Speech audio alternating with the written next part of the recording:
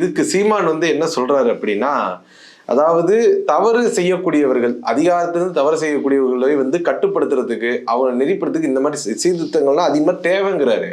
இப்பயும் நம்ம சொல்றேன், தவறு செய்தவர்களை நீங்கள் தேர்தலில் போட்டியிடக்கூடாது என்று சொல்வதையோ, அவர்களை கைது செய்வதையோ, பதவியை பறிப்பதையோ நம்ம தடுக்கல.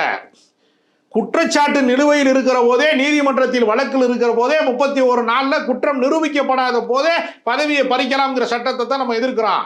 குற்றவாளியை பாதுகாப்பதற்கு நம்ம பேசல. சீமானுக்கு என்ன வசதினா, ஒரு நாளும் நீ முதலமைச்சராக போறதில்லை, ஒரு நாளும் நீ அமைச்சராக போறதில்லை, ஒரு நாளும் சட்டமன்ற உறுப்பினர் ஆக போறதில்லை. நீ திரள் நிதி திருடன். ஈழத்தமிழர்களுக்கு ஈழத்திலே பணம் விழுந்தது, உனக்கு அக்கௌண்ட்ல பணம் விழுந்தது, உன் அரசியல் வரலாறு அவ்வளவுதான். அதனால உனக்கு நீ பதவிக்கே வரமாட்ட. பாஜகவினுடைய ஊதுகுழலாக சீமான் இருக்கிறார் என்பதற்கான ஒரே சாட்சியம்தான் பதவி பறிப்பு சட்டத்தை, ஜனநாயக படுகொலையை சீமான் ஆதரிப்பது.